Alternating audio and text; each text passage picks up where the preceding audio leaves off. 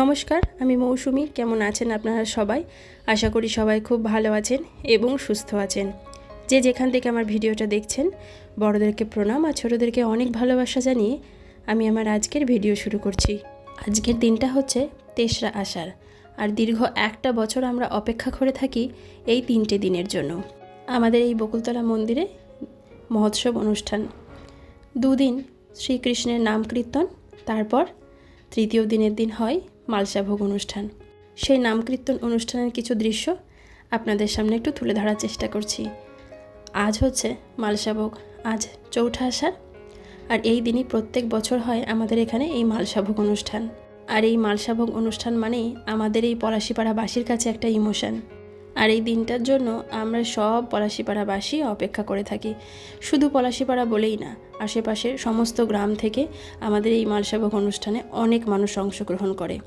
বেশ সুন্দরভাবে হয় আমাদের এই অনুষ্ঠান। তো এই দিনকে সকালবেলায় এই বাবা বৈষ্ণব গোসাইয়ের মন্দিরে বা রাধা গোবিন্দ মন্দিরে ফল, দুধ, মিষ্টি এই সমস্ত দেওয়ার রীতি আছে। তো আমরাও সকালবেলায় তাই যাচ্ছি এই ফল, মিষ্টি, দুধ, ধূপকাঠি এইসব দেওয়ার জন্য। দূর দূরান্ত থেকে প্রচুর মানুষ আসে এই বাবা বৈষ্ণব গোসাইয়ের মন্দিরে, আর ভক্তদের যার যা মনের কষ্ট বাবা বৈষ্ণব গোসাইয়ের কাছে প্রেরণ করে এবং মানত করে তাদের মনোবাসনা পূর্ণ হলে বাবা বৈষ্ণব গোসাইয়ের কাছে দণ্ডি দেবে। আর এই দণ্ডি দেওয়ার পর্ব চলে আগের দিন রাত্রি থেকে। ভক্তদের যার যা মনোবাসনা পূর্ণ হয় তারা বাবা বৈষ্ণব গোসাইয়ের কাছে নদীতে স্নান করে দণ্ডি দিয়ে এই মন্দির পর্যন্ত আসে। এছাড়াও অনেকে মানত করে বাবা বৈষ্ণব গোসাইয়ের কাছে গোপাল দেবে। সবাই কীর্তন দিয়ে বাবা বৈষ্ণব গোসাইয়ের কাছে মাথায় করে গোপাল নিয়ে আসে।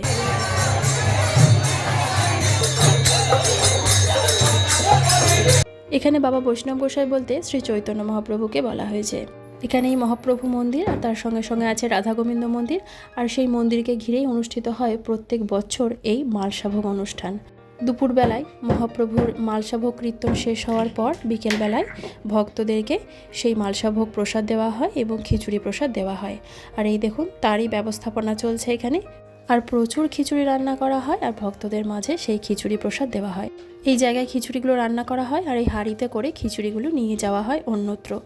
আর এই দেখুন এখানে একটু হেলথ সেন্টারও বসানো হয়, যাতে গরমে কোনো মানুষ অসুস্থ হয়ে গেলে খুব তাড়াতাড়ি চিকিৎসাটা পায়। মন্দির থেকে বাড়ি আসার পর এবার একটু দুপুরে রান্নাবান্না ঝটপট করে নিই। তো এই 2 দিন আমাদের এখানে সব বাড়িতেই নিরামিষই খাওয়া হয়, আমরাও সেই রকম নিরামিষই খাই। আর আজকে তো মালসাভোগ অনুষ্ঠান, আজকে তো নিরামিষ খাবই।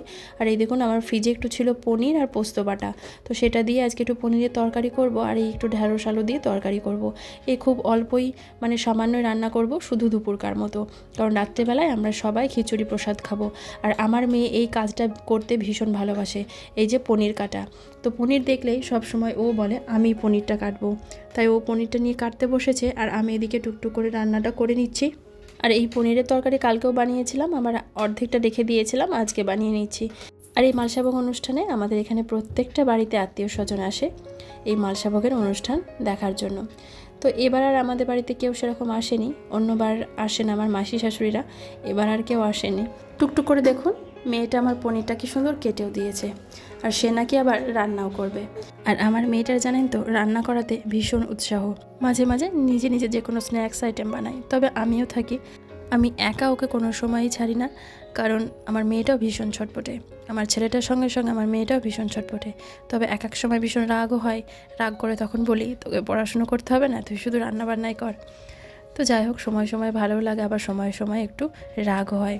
আর আজকেও বলছে মামা আমি পনিরটা কাটলাম, এবার আমি একটু রান্না করি। আর এই পনিরটা রান্না করা সেরকম একটা কিছু না, জাস্ট তেলের ওপরে কালো জিরে ফোড়ন দিয়ে তারপর বাটনাটা দিয়ে দিলাম আর তারপরে পনিরটা দিয়ে দেওয়া, তো এই হচ্ছে রান্না। তো লবণ হলুদ সেগুলো আমি স্বাদমতো দিয়ে দিয়েছি, ওগুলো ও বুঝতে পারবে না, এখনও অতটা জ্ঞান আসেনি যে কতটা লবণ দিতে হবে কতটা হলুদ দিতে হবে, সেটা এখনও শেখেনি। আর এরপর দেখুন বানাচ্ছে রায়তা। ও রায়তা খেতে পছন্দ করে। আর আমার তো প্রত্যেক দিন বানানো হয় না, তবে দই আমাদের প্রত্যেক দিনই ঘরে থাকে, দই প্রত্যেক দিনই পাতা হয়, কিন্তু রায়তাটা বানানো হয় না। আর আজকে ওর হঠাৎ করে খেতে ইচ্ছে হয়েছে রায়তা, তাই নিজে নিজেই বানিয়ে নিচ্ছে রায়তা। মেয়েরা সাধারণত এই রকমই হয় জানেন, মেয়ে মানেই মায়ের হাত, আর ছেলে মানেই বাবার হাত। মানে মেয়েরা সব সময় মায়েদের কাজে, মানে মায়েদের প্রত্যেকটা কাজে হেল্প করে, আর ছেলেরা সব সময় বড় হয়ে বাবার প্রতিটা কাজে হেল্প করে। সেই জন্য আমাদের এই সংসারে ছেলে এবং মেয়ে উভয়েরই ভীষণ দরকার। মেয়ে বলে কিন্তু একদমই ফেলনার নয়। আমার রান্নাবান্না হয়ে গেছে, তাড়াতাড়ি খেতেও দিয়ে দিচ্ছি। তো মেয়েকে দিয়ে দিলাম, তারপর ছেলেকে খাওয়াবো, তারপর আমরা খাবো। আর আজকে রান্নাবান্না সেরে খাওয়া দাওয়াটাও তাড়াতাড়ি সেরে নিচ্ছি, কারণ ওই যে বকুলতলায় মালসাভোগ অনুষ্ঠান হচ্ছে, তো সেই অনুষ্ঠান দেখব। আর এদিকে আমার সোনা বাবাকেও স্নান করিয়ে একটু ঘুম পাড়িয়ে দিয়েছে, ও একটু ঘুমিয়ে নিক। এখন বাজে 4:30। ওদিকে মালসাভোগে কীর্তন হয়ে গেছে, মালসা প্রসাদও বিতরণ হয়ে গেছে, এবার খিচুড়ি প্রসাদ দেওয়ার পালা। তো দেখুন, এইভাবে রাস্তাতেই প্রচুর মানুষ আসে, আর এইভাবে রাস্তাতেই খিচুড়ি প্রসাদ খেতে বসে। কারণ আমাদের এই মন্দিরটা একদম বাজারের মধ্যে, রাস্তার ওপরে, তাই সেরকম কোনো বড় ফাঁকা জায়গা নেই যে সেখানে বসে খাওয়ানো হবে। আর এই যে আমাদের যে বাড়ির গলি, সেখানেও বসে খিচুড়ি প্রসাদ খাওয়ানো হয়। আর ওদিকে বজরংবলীও চলে এসেছেন ভগবানের প্রসাদ খেতে। আমরাও সবাই এখানে একটু করে প্রসাদ নিয়ে প্রসাদ খাই। আর এই দেখুন, বাটিতে করে খিচুড়ি নিয়ে রেখেছি, এই প্রসাদই আমাদের রাত্রেবেলায় সবাই মিলে খাওয়া হবে। আর তার সঙ্গে আছে চাটনি, এটা আম আর আমড়া দিয়ে বানানো চাটনি। আর এখানে আলাদা করে কোনো তরকারি হয় না, কারণ সমস্ত রকম সবজি খিচুড়ির মধ্যেই দিয়ে দেওয়া হয়। হয়ে গেল এবছরের মতো মালসাভোগ অনুষ্ঠান। আবারও সামনে বছর, আবারও একটা বছর অপেক্ষা করে থাকি এই দিনটার জন্য। ভীষণ আনন্দ হয়, খুব মজা হয় ভগবানের আগমনে। এখানে সব, তাহলে এখানে সব, এখানে সব এখানে সব, আমি সুশ্রী দেবো সব। কোথায় দেবো সুশ্রী, কোথায় দেবো? ওই পায়ে অমনি করে সুশ্রী দেবো। ও অমনি করে সুশ্রী দিতে হবে।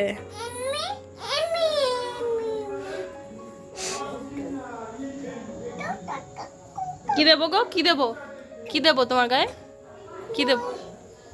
এখন বাজে 11:30। তো সারাদিনে তো সেরকম সময় পায় না জামা কাপড়গুলো গোছানোর। তাই আমার পুচকেটা এখন রাত্রেবেলায় ঘুমিয়ে পড়েছে, তাই ভাবলাম জামা কাপড়গুলো একটু গুছিয়ে রাখি। আর এগুলো হচ্ছে আমার সোনা বাবার এবছরের ষষ্ঠীর জামা কাপড়। তো অনেকগুলোই হয়েছে, 2-1টা পরিয়েছি, কাঁচা হয়েছে। আর এইটা দিয়েছে আমার দিদি, আর এর আগে যেটা দেখালাম হলুদ, সেটা দিয়েছে কাকিমা, মানে কামা। আর এই কালোটা দিয়েছে আমার বাবা। এটা কালো ঠিক নয়, এটা নেভি ব্লু কালার। তো এটা দিয়েছে আমার বাবা। আর 2-1টা পরানো হয়ে গেছে, সেগুলো কেচেছি, তো সেগুলো আবার পরে দেখাবো। তো এই শাড়ি দুটো আলমারিতে রাখতে গিয়ে দেখছি এই যে আলমারিটার কি অবস্থা হয়ে আছে। আলমারিটা খুলে আর মানুষকে দেখানোর মতন। আসলে আমার আলমারিটা অনেক দিন গুছানো হয়নি, প্রায় 2 বছর। কারণ এর আগে প্রত্যেক বছর পুজোর সময় জামা কাপড় রোদে দিতাম, তখনই বেশ সুন্দর করে গুছিয়ে নিতাম। মানে আমার প্রেগনেন্ট হওয়া থেকে, বেবি হওয়া থেকে 2 বছর আমি আলমারিটা একদমই গুছাতে পারিনি। আর তাই এত ওলটপালট হয়ে গেছে, তো কোনো রকমে একটুখানা গুছিয়ে নিলাম।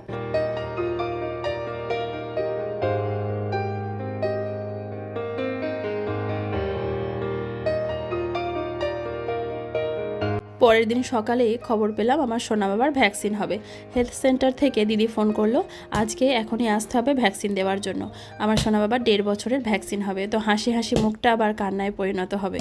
খুব কষ্ট লাগে, কিন্তু কিছু করার নেই, ভ্যাকসিন তো দিতেই হবে। আর এই ভ্যাকসিন দেওয়ার পর জ্বর আসে আর ব্যথা হয় পায়ে। আর এই জ্বরের জন্য দিই প্যারাসিটামল, আর ব্যথার জন্য দিই থামোফর্ম জেল। ভ্যাকসিন দেওয়ার 2 ঘন্টা পর আমি থামোফর্ম জেলটা পায়ে লাগিয়েছিলাম, আর প্যারাসিটামলটা 4-5 ঘন্টা পর খাইয়েছি। কারণ সেরকম একটা জ্বর আসেনি, কিন্তু যেহেতু ব্যথা হবে, তাই ব্যথার জন্য প্যারাসিটামলটা দিতেই বলেছিল আমাকে হেলথ সেন্টার থেকে দিদিরা। ওষুধটা দেওয়ার পর দেখুন আমার সোনা বাবা আবার কি সুন্দর দৌড়ে বেড়াচ্ছে। তো জ্বর সেরকম একটা আসেনি, হালকা একটু গা গরম হয়েছিল, তো ওষুধটা আমি দিয়ে দিয়েছি।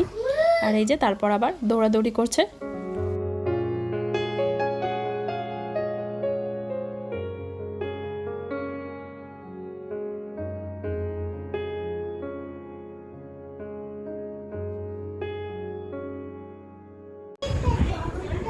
দেবো না, হ্যাঁ দাঁড়াও। ওদিকে সন্ধ্যা 6টা নাগাদ প্যারাসিটামলটা দিয়েছিলাম, এখন বাজে 11:30। খাওয়ানোর পর এখন আবার আরেকবার প্যারাসিটামলটা দিয়ে দিলাম, আর থামোফর্ম জেলটাও আবার পায়ে একবার লাগিয়ে দেবো, যাতে রাত্রেবেলায় আর জ্বর না আসে, কান্নাকাটি না করে। ভ্যাকসিন দিয়েছে ডান হাতে এবং 2 পায়ে। তো আমাকে বলেছিল বাঁ পায়ের ভ্যাকসিনটাতে ব্যথা হবে, তো ওখানে থামোফর্ম জেলটা লাগাতে, আর বাকি হাতে আর পায়ে থামোফর্ম জেল দেওয়ার দরকার নেই। তো আমার সোনা বাবা ঘুমিয়ে পড়েছিল জানেন, আবার ওকে খাওয়াতে গেলাম, উঠে পড়লো। তো তারপর আবার যাই হোক উঠলো, ভালোই হলো, ওষুধটাও একটু খাইয়ে দিলাম, এরপর আবার ঘুম পাড়িয়ে দেব। তো বাচ্চাদের এই ভ্যাকসিন দেওয়াটা খুব কষ্টকর একটা ব্যাপার, খুব কষ্ট হয়, ভীষণ মায়া লাগে, কিন্তু তবুও দিতেই হবে। ভ্যাকসিনটা তো না দিলেই নয়, ভ্যাকসিনটা দিতেই হবে। আমারও ইঞ্জেকশানে ভীষণ ভয়। যখন আমার সোনা বাবাকে ভ্যাকসিন দেয় তখন তো আমি ওর দিকে তাকাতেই পারি না, আমার ভীষণ ভয় লাগে। তো তবুও দিতে হয়, কিছু করার নেই। যাই হোক, চলুন আজকের মতো তাহলে ভিডিওটা এখানেই শেষ করছি। সবাই ভালো থাকবেন, সুস্থ থাকবেন। দেখা হবে আগামীকাল আবারও একটা নতুন ভিডিওতে। আর আমার সোনা বাবা দেখুন বিছানাতে একদমই শুচ্ছে না, তাই আবার কোলে নিয়ে একটু ঘোরাঘুরি করছিলাম।